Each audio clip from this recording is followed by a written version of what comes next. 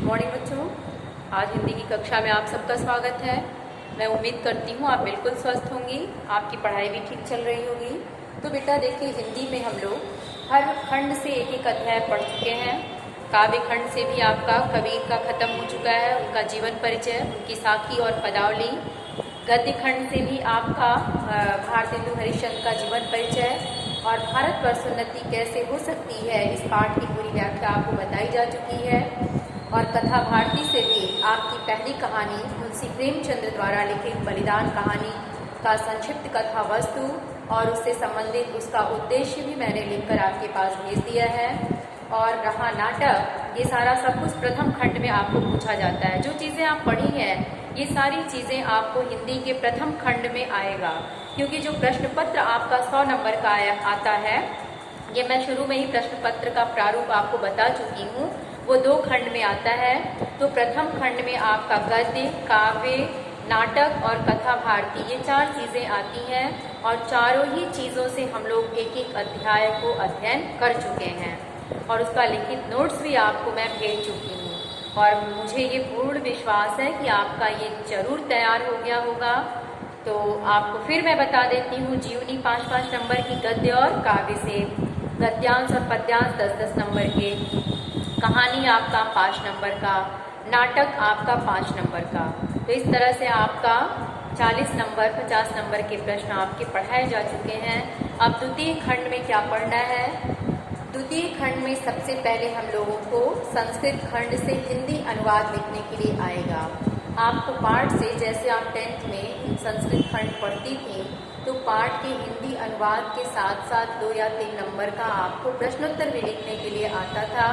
तो प्रश्नोत्तर आपको लिखने के लिए नहीं आएगा, सिर्फ आपको क्या तैयार करना है, पाठ से हिंदी अनुवाद। एक चीज़ ध्यान दीजिएगा, सिर्फ हिंदी अनुवाद तैयार करना है। तो अभी पहला अध्याय हम लोग पढ़ेंगे वंदना पाठ। तो संस्कृत खंड का पहला अध्याय आपका है वंदना। वंदना का मतलब ही क्या है? प्रार्थना। तो जो पहला श्लोक है, पहले श्लोक का सारे शब्दों का अर्थ मैं यहाँ लिख चुकी हूँ और बाकी श्लोक के शब्दों का अर्थ मैं पहले बताऊँगी, इसके बाद ही मैं उसका अनुवाद आपको समझाऊँगी। तो पहले बच्चों शब्दों के अर्थ पे आप ध्यान दीजिएगा, क्योंकि शब्दों का अर्थ आता रहेगा तो अनुवाद अपने आप कर ले जाएंगे। तो पहले श्लोक मैं पढ़ती हूँ, उसके बाद आप देखेंगे। पहला श्लोक देखिए क्या है? विश्वानि देव सवितुदुरानि परासिव यद भद्रम तन आसुव। फिर से देखिए, विश्वानि देव सवितुदुरानि परासिव यद भद्रम तन आसुव। विश्वानि का शाब्दिक अर्थ क्या होता है? संपूर्ण या समस्त। देव सवित माने हे सूर्य देव, सवित का अर्थ सूर्य देवता से होता है। दुरितानि, दुरितानि मतलब पापों को। परासु माने दूर करो, परासु है ये। परासु का शाब्दिक अर्थ क्या है? दूर करो। यद माने जो, भद्रम माने कल्याणकारी, तद माने वह, न माने हमें, आसु माने प्रदान करो। आशु का शाब्दिक अर्थ क्या है? प्रदान करो। तो इस तरह से पहले श्लोक के सारे शब्दों का अर्थ यहाँ लिखा गया है। अब इसका हिंदी अनुवाद देखिए हम कैसे करेंगे। विश्वानि देव सवितुदुरानि परासिव। अब इस श्लोक में देखिए वंदना पाठ में क्या कहा गया है कि हे सूर्य देव, विश्वानि देव सवितुदुरानि परासिव, हे सूर्य देव हमारे समस्त पापों को दूर कीजिए। देखिए, परासिव, परासिव का मतलब क्या है? दूर कीजिए।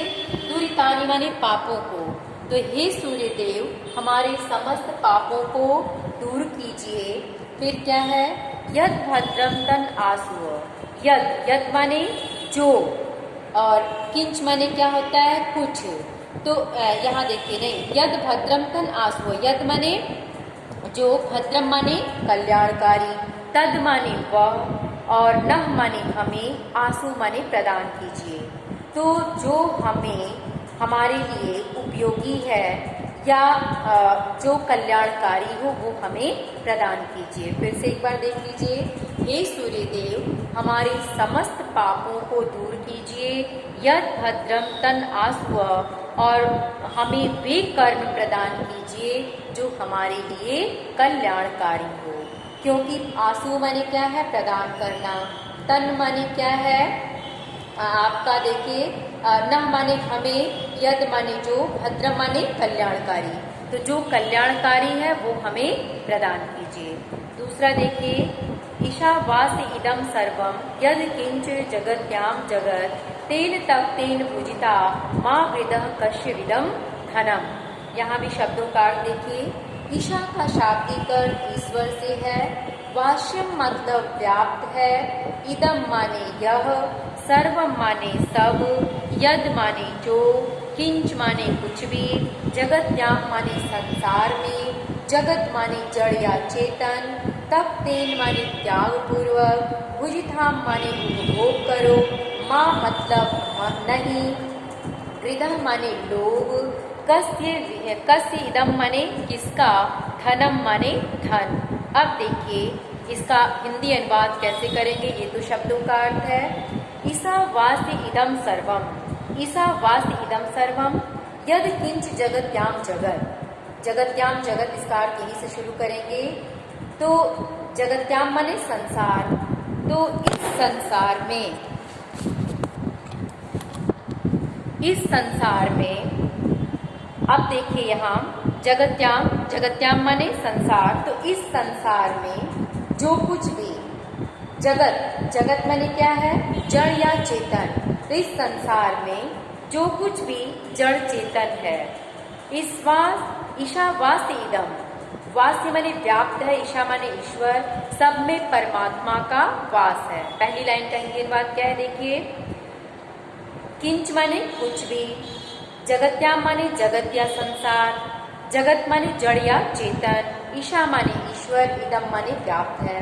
तो इस संसार में जो कुछ भी जड़ चेतन है, सब में क्या है? ईश्वर का वास है। फिर से देखिए, जगत्याम इस संसार में, किंच माने कुछ भी, जगत माने जड़ चेतन। तो इस संसार में जो कुछ भी जड़ या चेतन है, सब में किसका वास है? ईशा माने ईश्वर का, और वास्य माने वास या निवास है। अतः तेन तक तेन बुझता, अतः इन सब का तेन तक तेन माने त्याग भाव से, तेन तक तेन त्याग भाव से, इन सब का त्याग भाव से, बुझिताम माने उपभोग करो, बुझिताम माने उपभोग करो। इस संसार में जो कुछ भी है, जड़ हो चेतन हो, सब में ईश्वर का वास है। इसलिए सबका त्याग भाव से क्या करो? उपभोग करो। माँ वृदा कश्य विदम धनम, धन किसका है, यानी धन किसका, अर्थात इस संसार में जो कुछ भी है, सब संपदाओं पर ईश्वर का अधिकार है। तो आवश्यकता से अधिक हमें उपभोग करने का क्या मतलब है। अगला श्लोक देखिए। सह ना अवतु सह नौ भुनक्तु सह वीर्यम करवा वह, तेजस्वी नाव भीतम अस्तु माँ विदिशा वह। सह नौ अवतु, सह माने साथ साथ, नौ का मतलब हम, अवतु माने रक्षा करें, नौ माने हम दोनों की, अवतु माने रक्षा करें, भुनक्तु माने पालन करें, वीर्य माने शक्ति को, करवा वह माने हम दोनों को, तेजस्वी माने तेजोमयी, नौ माने हम दोनों की, अधितम माने पढ़ी हुई विद्या, अस्तु माने हो, माँ मतलब नहीं, विदिशा वह माने द्वेष न करें। अब देखिए, सह ना अवतु, सह ना अवतु का मतलब क्या है? भगवान हम दोनों की साथ साथ रक्षा करें। अवतु का मतलब क्या है? रक्षा करना। अवतु का मतलब क्या है? रक्षा करना। असह का मतलब हम दोनों की। तो हम दोनों यहाँ कौन है? ब्रैकेट में आप लिख दीजिएगा, गुरु और शिष्य की बात की गई है। हम दोनों यहाँ कौन है? गुरु और शिष्य। तो सह माने साथ साथ, तो हम दोनों की अर्थात गुरु और शिष्य की, अवतु माने रक्षा करेंगे देव, हम दोनों की, ब्रैकेट में गुरु और शिष्य की साथ साथ रक्षा करें। फिर क्या है? सह नौ भुनक्तु, भुनक्तु माने पालन करें। और हम दोनों साथ साथ पालन करें।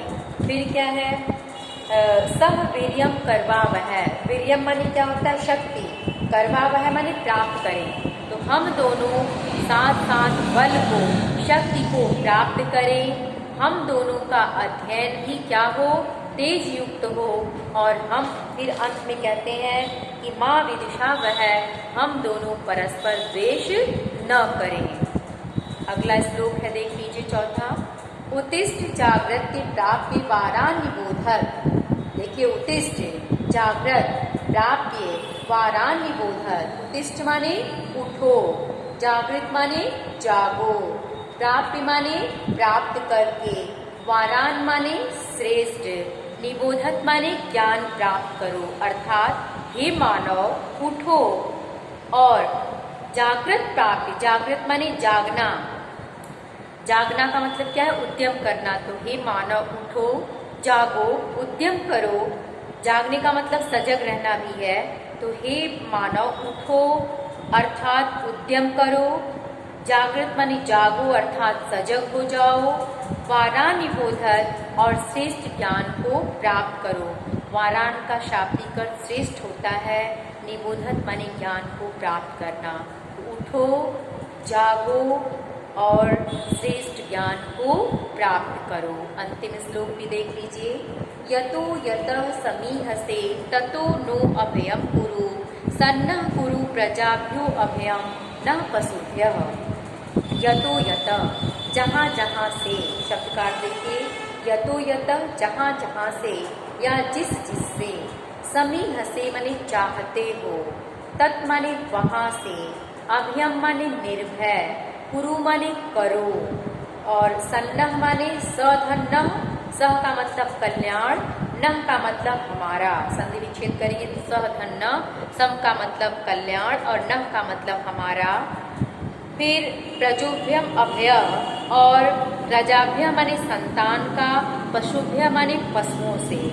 तो हे भगवान, आप जहाँ जहाँ से चाहते हैं, यतो यतः समीह से आप जहाँ जहाँ से चाहते हैं, अर्थात आप जहाँ से उचित समझें, ततो नो अभयम कुरु वहाँ वहाँ से हमें निर्भय करें, सन्नह कुरु प्रजो अभ्यम और हमें भय से मुक्त कर दें, और न प्रजो अभ्यम न पशुभ्य और हमारी संतान का कल्याण करें, हमें पशुओं से भी भय मुक्त करें। तो इस तरह से आपके प्रथम पाठ का हिंदी अनुवाद समाप्त हुआ।